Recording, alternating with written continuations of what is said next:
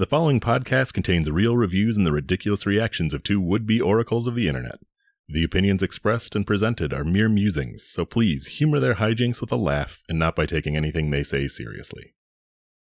Seriously.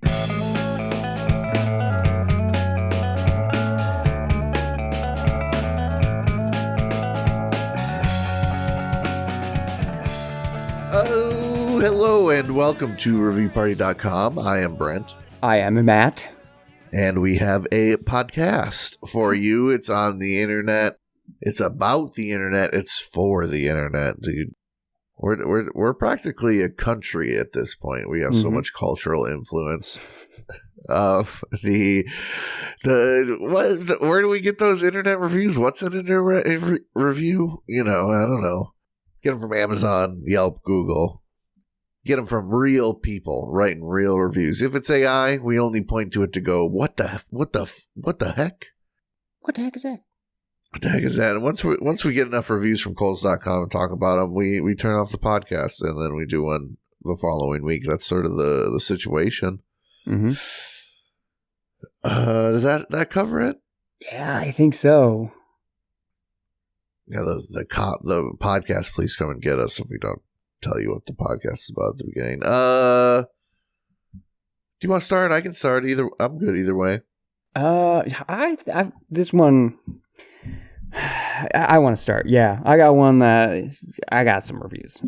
Believe it or not, I got a review or two or three or a handful just sitting ready to be read.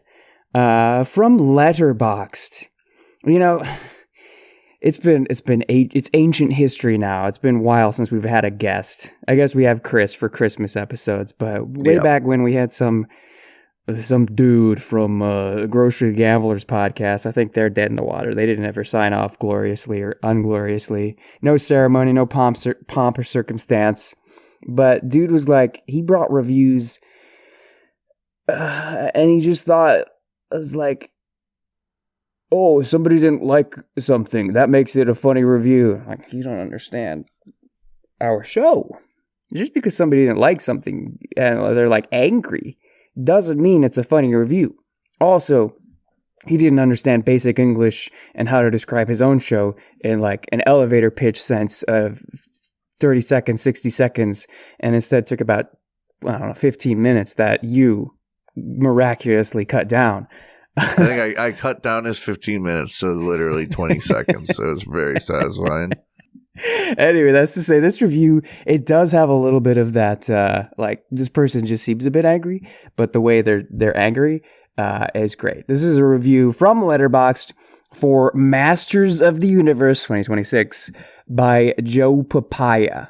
Are you a Masters fan? Are you going to go see the He-Man movie? I'm kind of torn either way. That's a definite wait for streaming to check out situation. Yeah, I'm curious, though. Well, we'll see if Joe influences us here. Joe writes, just a quick little shout out to Travis Knight and Nicholas Galicitine, their new movie. I just saw it. I literally just saw the whole thing in theaters, and I've got to say, in all honesty, it's the biggest piece of dog shit. Everyone's laughing, by the way, because it's true. Everyone saw it. Look, yeah. Big piece of dog shit. Shouldn't be called Masters of the Universe. It should be called Masters of the Dog Shit. Not even the hard, dried up dog shit for 7 days. It's the soft dog shit. Like baby shit. Like that. That's what the movie is like. And I never want to see it again. I'll never forgive them for wasting my time. That is time I will never get back. It's like dog shit in my eyes, motherfucker. 1 star. All right. Well, and he hyperlinks the word motherfucker to a list of his own creating, which is Why Were These Made films, legacy sequels that are completely unnecessary and often undo other parts of the series. Sure, I could see that. I mean, Jared Leto is Skeletor. That's like it's pretty hard to recover from that right there. I mean, you can have Allison Brie as Evil Lynn, and it doesn't even fix it, bro. Yeah, they're just like throwing things at movies these days. I don't understand it. No, it's really sad that these Hollywood movies, Hollywood producers think that these sequels and remakes are safe gambles, and it's just the opposite of people want. The levels of out of touch Hollywood has reached is really like just uncanny. It's like unsettling to look at. Well, you said the buzzword out of touch, because I got another review for Masters of the Universe from M. Bendigo. They write, yeah, this is a kid's movie. 7 minutes in, I was like, nope, not for me. And all the weird Republican-coded rapid-fire jokes in the beginning? I hate our world. Bring back cringy liberal 2010s. We had no idea how good we had it. I'm not sure if you were nostalgic about He-Man, you could get more out of this, but it was just so unseasoned chicken. NPC. Like, take Marvel and make it a D movie. Ugh, I'm a hater. Don't worry, you don't have to take my opinion on this, because I slept through 70%. In my defense, it was also 1 a.m. Cringiest, most unself-aware use of what's up ever used. Again, very Republican-coded. I loved his hair, though. 1 star. He-Man saying what's up is a little weird. I assume they must have used the song, the meme song. Oh, what's going on? Well, I know they're doing that in some viral hashtag break the internet marketing, where they like sang the little song, they did the little dances. But it's just, I don't know. I'm not a He-Man fan. Do He-Man fans take the He-Man universe seriously? The tone of He-Man has always been sort of strange. Yeah, I think the point of He-Man at its base, at origin, was to sell toys, like many 80s cartoons were. And that's my biggest connection. Right. That's why it's such a mishmash of like random looking characters. I don't know if I ever watched a bit of He-Man, but I remember going to my grandma's house, and for some reason, she had this plastic toy of the like green tiger with yellow stripes. And I was like, that's the sickest thing I've ever seen in my life as a 4-year-old. But that still didn't compel me to ever have a He-Man heart. No, I've enjoyed corny 70s action cartoons. There's something going, there's something deeper in Transformers and Thundercats. I talked about Thundar the Barbarian at one point on this show. I loved him. He was wild. He was a He-Man knockoff. Right, but yeah, He-Man, I've watched a couple of He-Mans, and it's just like, who was into this, man? It just seemed like, there'd be one weird kid who is still watching He-Man, even though everyone quit watching He-Man a couple of years ago, wearing He-Man shirts. And it doesn't have that Dragon Ball Z appeal, No. He-Man, no. Dean Koontz is going to write some novel where some character wears a He-Man t-shirt, and you're like, that's a cool little detail for your character, Dean Koontz. It shows they're a little quirky and obsessed with something from the past. It's a nice, coloring, shading around the edge of this character who sees ghosts or is being tested on by the government without their knowing, or their heart belongs to someone else. But I don't need anything more than that. You don't need to write a scene where they're watching He-Man in the cereal and then somebody tries to kill them. I don't need much more than that. That's right. Yeah. Nobody cares that much. Yeah. I don't even think there's He-Man fans out there for real. I think it's all pretend. I don't know. I think this is just a good transition to this Amazon review. These, for some reason, they feel like a good pair. We got the Mega Babe Bidet Bar, pH Balance Cleansing Bar for the entire intimate area, 4.5 ounces. Hey, any area is intimate if you're creative enough. Yeah, but this is, I'm pretty sure, specifically for booty and crotch type soap. I gotta keep everything in balance. You don't want to use, I've read, you don't want to like totally lather up the booty. I don't know. Oh, because there's good bacteria back there, huh? I don't know. You just don't you don't want to get soap up where it doesn't necessarily need to be. Could dry you out, something like that. Oh, sure. Be judicious. Anyway, let's let the review and the product speak. Yeah, let's listen to Kim White. This review isn't laugh out loud hilarious, perhaps, but You will find a little something, I think. Great product, they write. I bought this as a replacement for the Lume acidified bar soap. Acidified. For some reason, the Lume started breaking me out after only using it for a year. After using Megababe for 2 days, I can already tell you I really love this product. It leaves me feeling fresh throughout the day the same way Lume did. It helps control downstairs sweat and long day orders. We all got them. This is a great alternative to Lume for me without the irritation. I will definitely keep purchasing. It really works. 5 stars. Where do you live in? Raleigh? Atlanta? I mean, I feel bad for people in the swampy South. They got to deal with butt swamp bass all day long.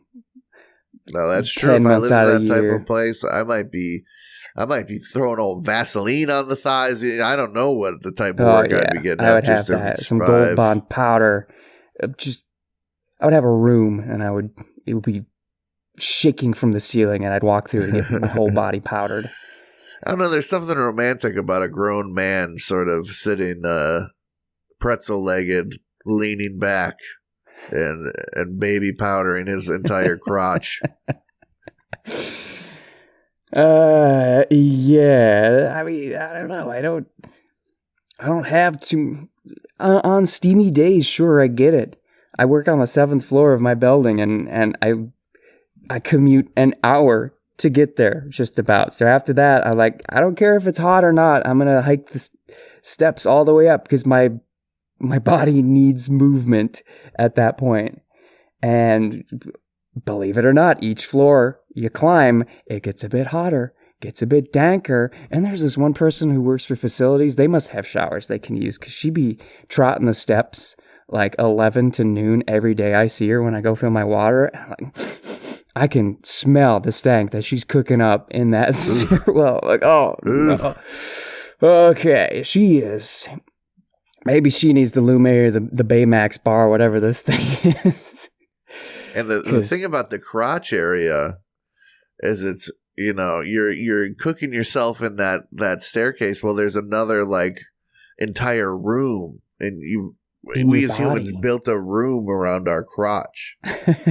If you got a little tummy at all, there's the little roof. It's the core of your earth. It's the core of your core. Just radiating heat. Then you got to put pants on. That's really, even shorts. Unless you're rocking a kilt, there's just not a lot of airflow. Let me tell you the secret. When I climb those 7 floors, I stop at the bathroom. Even whether I got to go or not, I just need to radiate out. Let's pop the hood for a minute or two. Let it just filter out. Let me cool myself off. And that's why our wiener and nuts are so dangly. Because when it's our the same ancestors thing as the Stegosaurus with that, or what is the? Not the Stegos. Well, I guess the Stegosaurus a little bit. What's not Ankylo? Who's the dude with the fan on his back? Oh, the Spinosaurus. The Spinosaurus, baby. Yeah, he's got that big skinny fan on his back just to radiate that wind. Heat. It's catching wind. Does he catch wind with it too? He sails around. No, I mean he's just catching some nice, some breezes. Yeah, he's catching breezes that's helping wick the heat away. All the heat goes up in there, catches a nice breeze.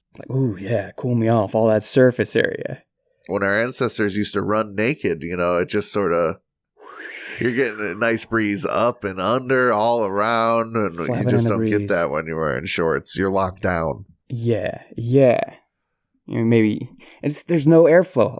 I wash my hands, I dab a bit on the back of my neck, maybe. If I'm extra steamy, maybe I'll rub it into the, it's the thing about slightly curly, wavy hair. You can just rub some water into your sideburns and the tight crop, that fade that you got up. Nobody's going to notice. But as it dries off, I'm cooling off.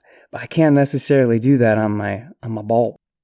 And this has got me thinking of a problem in society. In society, you can walk up to the upward facing vent and lift your shirt up and get some nice little under titty air going. You cannot sort of scoot your pant leg over the vent and get some crotch air if people are going to look at you funny. Yeah, it's really hard to do. One of the Recent memories I have of being at good old Carthage. I think it was after graduation, but Ed and a friend of his and Joe and I, we played some ultimate frisbee. Maybe some guys were like, yeah, we're going to do an alumni ultimate frisbee thing. And it was a steamy day. And we went back to the bathrooms. I'm like, man, I'm swamp butting this thing up. Let me see if this fan can dry me off. And somebody walks in. I'm like, don't worry, I'm just drying my butt off because it is wet. And if you had this soap bar, maybe it would have kept things under control. It would have kept things dry. I don't know. I just think as human, we need, like they have eye wash stations, they need crotch dry stations. Just a bicycle seat or something I can sit on, and as soon as I sit down, it activates. Just you hear it, some sort of Dyson technology. You walk through the ring, and it just vaporizes all the sweat. I think that would be good for us. Yeah. Do you have a quick review, maybe? Let's see. I do have a quick review. You know what? Remember that lady from, she lived in Africa and she got assaulted by a bunch of ants? Yep. Yeah, it turns out she's ordered more stuff to Africa. This product isn't available anymore, probably because it has a racist name. Actually, it's double racist. I forgot because it's still on Amazon. The Uncle Ben's, not even Ben's original. This is the Uncle Ben's racist, Oriental racist, sweet and sour sauce with extra pineapple, 500 grams. This is a jar of sweet and sour sauce with pineapple chunkies in there. Yeah, not available because it's double racist. This is a review from Patty.Deary titled "Afraid to Taste It for Fear of Poisoning!" Double exclamation points. She writes, I live in Africa, so we order our treats and have them shipped over. My husband has been missing his sweet and sour sauce, so even though it was almost $18, we ordered it and waited to indulge. It arrived with a sticky lid, and when we opened it, the upper inside was black, and it went directly into the garbage. I would not recommend ordering this, as it is delivered by mail. Rather, buy it at the supermarket where you know that it's good. Next trip home, that is what I will do, and carry it here in my suitcase. $18 gone, and no sauce for our special treats. 2 stars. This lady should be used to having no sauce, because she is just sauceless. Someone with sauce, proverbial sauce, would have saw that $18 sweet and sour sauce and said, I can buy those base ingredients for a lot cheaper. Yeah. Cooking up a little sauce in the pot ain't that tough. Some sugar? Probably some sugar, pineapple, soy sauce. Lemon and lime, maybe. Yeah, easy peasy. You emulsify that up. You got some sauce. Put on some chicken for your fat husband, and he'll be so happy. Your sweet treats, whatever they may be. What kind of sweet? Like sweet and sour sauce is a sweet treat that goes on savory treats. So don't kid yourself. Okay, you're not dieting. You're eating fucking popcorn chicken. Because you can't put sweet and sour sauce on a salad. It's not like they're making balsamic vinaigrette here where you can pretend it goes on healthy stuff. This stuff is thick unless it is on some hot chicken. Plus, you could just go to McDonald's, dude. Have them throw a couple extra in the bag. Ooh. That's the good stuff. That's the best. They should sell that shit by the jar. I would unironically pay $18 for a jar of sweet and sour sauce. Put that in a big old cup from the soda fountain. Yeah, why don't they have sweet and sour sauce syrup to mix with the carbonated water? Get you a nice soda pop. It's such a dirty soda. Dirty. They gotta think of a better name for putting coffee shit in soda. I guess diabetes, the drink, is not a good. They workshopped that name, didn't work. This is apparently, allegedly, or at least according to one article that I saw the headline for, it was a bunch of Mormon people who thought dirty sodas. So maybe to them, yeah, this is the most scandalous thing in the world because they can't drink coffee, but they're like, the syrup sounds good. You know what I've been hearing, pray tell about that I might get in on is the Dr. Coffee. 1/2 coffee, 1/2 a Dr. Pepper. Whoa. Okay. I'm ready to add my 24th flavor. They're trying all sorts of things these days. I swear, I feel like I saw something that was grapefruit juice and coffee at a little cafe recently, and I was like, that sounds all crazy. Grapefruit juice already kind of tastes pukey base level. I don't know if you want to add the coffee bean to that. Yeah. I guess that's probably great for your metabolism, though. You're fucking wired after you have that. Every organ is ready to go. Sir, yes, sir. Yeah, oh God, okay, I'm here. I'm awake. The bitterness, it caught me by the... Yeah, it makes you feel alive. All right, we're gonna see. I need some dirty soda, bro. I gotta wake up. I need to get wired right now. Let's go. We're gonna take a break.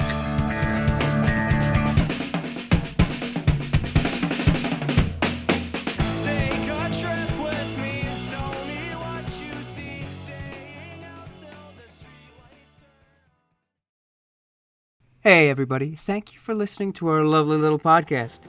If you'd like to go above and beyond in supporting our show, or have the most fabulous conversation starter since sliced bread, go to reviewparty.com.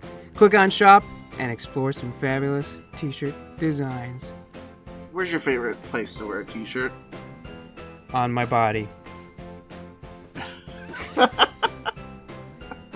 Mine is at the store. That is a good place to wear a t-shirt. Reviewparty.com. Click shop. Why stop there? Don't stop now.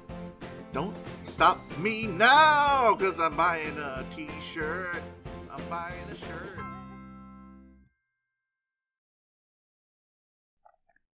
Ladies and gentlemen, welcome to the second half of the episode, and welcome to... that was Precious Max. We just maxed out, dude. Yeah, sick, nice, tight, nasty. Give me 5, give me 10. Don't drop the weights. Precious Max is the segment that is very similar. Yes, I concede that point. Very similar to other segments in which we just have a bunch of reviews for a certain product from a certain site. But in this case, it doesn't matter what site it's from. Generally, it's probably from like Amazon, maybe, because if it's from Letterboxd, it's bare knuckle letterboxing, and if it's from Steam, it's a steaming pile of reviews. So this is certified from Amazon, which the original Precious Max was, because it's all about some go-go powders to get that sick juice and pump going, get those tingles and kringles going. You know what I mean? But in this case, I got a bunch of reviews for the film by Steven Spielberg, E.T. the Extra Terrestrial. I just feel like it's kind of a summertime movie. Maybe it's not. It's been ages since I've seen it, but it feels like a summery movie. And yeah, you got the Reese's Pieces. You got the getting drunk and burping. All classic humor. It's got the baby Drew Barrymore, everything everyone could ever want. Except for apparently these, because I got a bunch of like low grade reviews for E.T. because they tickled me. We're going to start out with this review from iPoker. iPoker does the thing where they capitalize every other letter of their name. Maybe because that's how they see. One eye is poked and the other isn't, so they're just kind of like squinting. iPoker titles their review, "Does not stand up to the passage of time." And they write, "This movie stinks. In the 80s when I was a kid, it was better. But over time, it does not hold up. It's actually a poorly made movie. Rent it and become disappointed. Or don't rent it and rely on your happy childhood memories. 1 star. Do they want me to live in ignorance or not? They can tell me what to do here. I don't know. Maybe my childhood didn't have happy memories about E.T. Maybe I was scared of E.T. as a child, and watching it decades later would be like, oh, I was a silly fool to be scared from this. It is truly heartwarming and nice. He does look like a big sentient turd. What's not to be afraid of? He does make weird noises and go, Oh, also, Matt, the universe is funny. You were wondering when this was released. June 11th, 1982, which the day of recording of this episode is June 11th, 2026. Amazing. It's a summer movie, except now I'm remembering Halloween definitely does happen in the movie. But whatever. You think I care about that? I think I care about a detail like that. I just think this guy's like, it was better when I was a kid. Okay, dude. I'm sure a lot of things were better when you was a kid. Yeah. You don't need to give it a 1 star. Your sensibilities became flat and boring. Tell me more. Mark R. Lutz titles his review, "This is not for kids." He writes, "It's supposed to be a show for kids, I think, but in the first half hour of the show, kids poke a mom in the butt.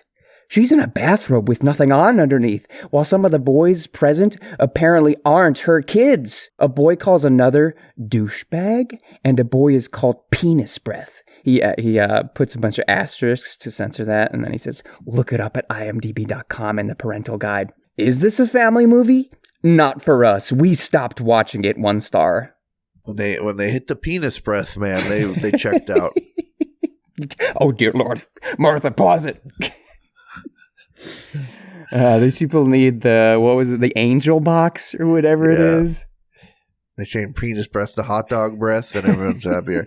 I almost think hot dog breath is a little more vulgar than penis breath. Yeah, man. That reminds me, isn't it like 30 Rock that had to be creative with their writing to get around all the censors? But like each creative thing they used was that much more descriptive and funny. Dude, I don't know. If your kids can't handle penis breath, I hope they're homeschooled. They can't go to the 5th grade playground. They can't handle penis breath. Let me tell you, it's a lot nastier on that 5th grade playground than it is in ET Extra Terrestrial. Just keep your kids at home. Keep them in the fucking basement chained up. Don't let them live. It's good for them. It's healthy. Good development happens in the dark. That's what your wrestling coach would have you believe. Champions are made when no one's looking. Rebecca titles her review 1 star. Oh, thanks for spoiling it, Rebecca. She writes, "Terrifying. Tried to watch it to get over my 26-year-long phobia and just couldn't do it. 1 star. Phobia is crazy. You're not scared of ET. Full on phobia. Full on like they bring the pickle in the room and he starts screaming. Full on biological responses are happening.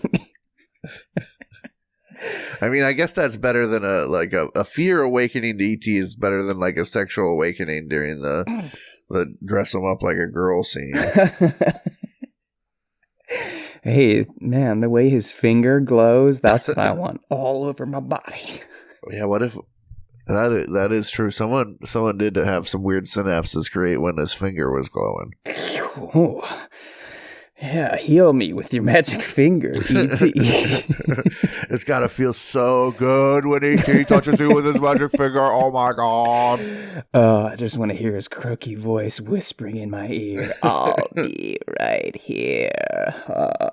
Don't you just want to feed E.T. Reese's Pieces until he's bloated and puking and fucking dies in a corner?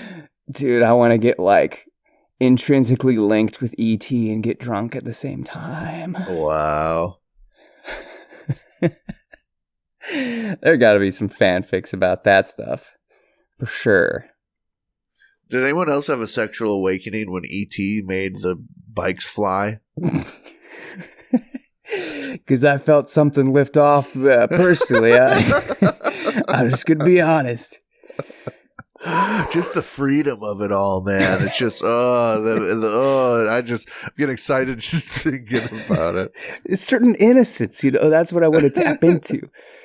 Some people have a phobia for that sort of thing. Not me. No. I have a different F word. Seamus O'Connor. Oh, sorry, go ahead. No, I just said fetish with a PH. Fetish. I like it. That's cool. There should be a band called Fetish. Like fish, you know? Yep. Seamus O'Connor idea. Needs to be battered in the head. I think Seamus O'Connor titles their review, Skip It. This is for people who think Goonies was good. They write, stop, it's not good. 1 star. Goonies is good. Goonies is good. What are you talking about, Seamus? Goonies is good. If Goonies has got a tone, Goonies has got... Shame us. Shame you, Seamus. Writing, yeah, Goonies is a good time. E.T., the record's out. I'm sure if I watched it... When I first saw E.T., I was kind of like, wouldn't you rather watch Predator? That's sort of a cooler alien movie. He's a cool extraterrestrial, that's for sure. But I don't know. E.T. was always just okay to me. I'm sort of indifferent to it. But Goonies, that's good stuff, man. I can't deny it. Classic kids on an adventure. That's what it's all about. E.T. is very similar. Kids on an adventure. It's just different. Like got the goody good kids who are Breaking Bad slightly, and you got the already rebel kids who are Breaking Bad even more. Love it. Yeah, you got the full spectrum is E.T.'s for little babies, Goonies is for everybody, and then Stand By Me, that's only for tough boys with big tough feelings. Yeah, they can poke dead bodies. Right. You're gonna learn something about yourself after that damn movie, whether you like it or not. Amazon user quote Fatboy with a PH 493 titles their review, great movie, terrible DVD. They write, I am not giving E.T. 1 star based on the quality of the movie. Fantastic 5-star film. Universal's horrible collector's DVD is why I am giving it 1 star. 1. This DVD is not a typical snap case like most DVDs. It is made of cheap cardboard paper that folds. It doesn't snap shut. It has 3 security device enclosed stickers on its top, bottom, and left sides. When you've taken them off the cheap cardboard, it takes the paint with it, and you are left with 3 ugly, paintless white sides. 2. I bought this movie to see the original theatrical version. As others have stated, the CGI E.T. and walkie-talkie cops are pretty lame additions. I got the widescreen collector's edition, but when I put in my theatrical DVD, it was full screen. I want to see E.T. the way people did in the summer of '82. 3. Universal blatantly put in lame promotions of their other movies. One of the bonus editions is the theatrical trailer for the Back to the Future trilogy. I recommend the film highly, but not the 20th anniversary edition. 1 star. I didn't know E.T. had those Lucasfilm ass remakes. Yeah. One, I think I got a review that really touches on that highly. But there are some remakes. Added some tauntauns to the cantina, I see. Yeah. I got the last review definitely touches on that. I get it. I think we've got an ET DVD that is in the paper case. I don't recall having sticker issues though, but that would peeve me a bit. I get it. They should add an extra scene where Jabba the Hutt eats ET alive. Yeah, I just wish I were getting eaten by Jabba too, his big tongue running over me. Yep. Oh yeah, some freaks just love Jabba the Hutt. Oh, I want to be in chains from Jabba. R. Wilkerson titles the review in all caps. If I could, I would give it no star. Only they spell would. WAOULD. I would give it no star. They write, this film is among the worst, most pointless, and most inane garbage that I've ever had the misfortune to view. Contrary to popular belief, the alien was not cute. He was creepy. The little boy was extremely annoying, and his relationship with the alien made me ill. Actually, it made me more than ill. It was downright disturbing. His bond with the alien was one of the most freaky thing I have ever had to witness, and the kid's family was just obnoxious. By the time the alien go home, no one really cares anymore. You were just relieved that the film is finally over. Watch it only to say you've seen this. 1 star. Guess we can't all have the ET fetish. I mean, E.T., even if I'm not a fan of E.T., E.T.'s never a 1-star. They're like, E.T.'s like the Beatles, man. The amount of influence it's had on film and storytelling. There's the cinematography. You can't tell me the shot of them biking through the Pacific Northwest trees as the sun is setting and then past the large moon. Like, there's a reason that image became the image for Amblin Entertainment, because it is, and it's been evoked in so many other pieces of media and culture in the decades since it came out. It's just iconic. Yeah, unfortunately, this is an important movie. You can't just throw it under the bus like that. Like, just put on your thinking cap, watch it from a little higher level. You know, there's levels you can enjoy these things on.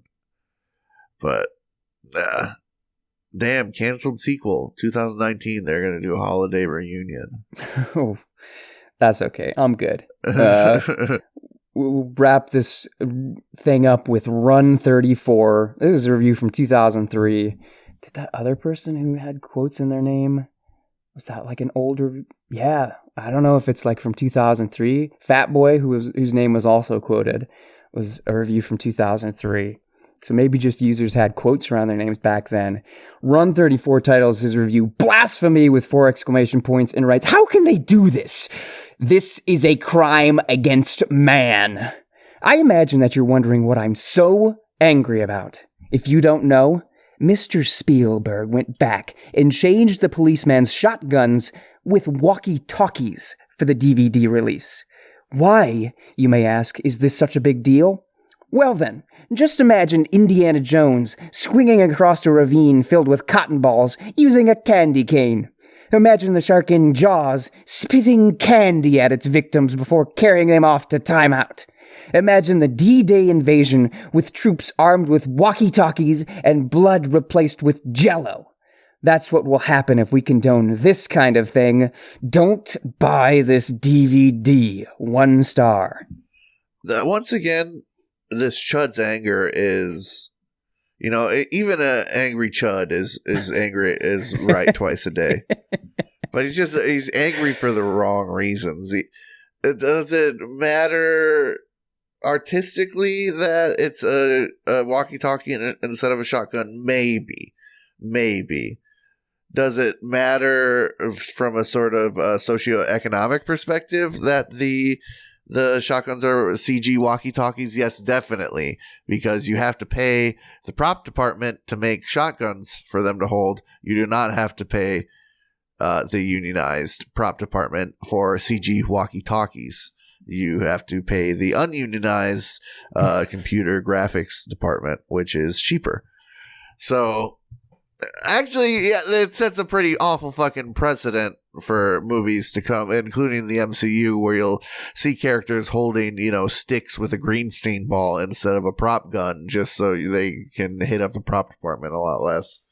So yeah, it is cause for alarm, but it's not for the reason your fucking pea brain thinks it is, bro. Like, look at the bigger picture here.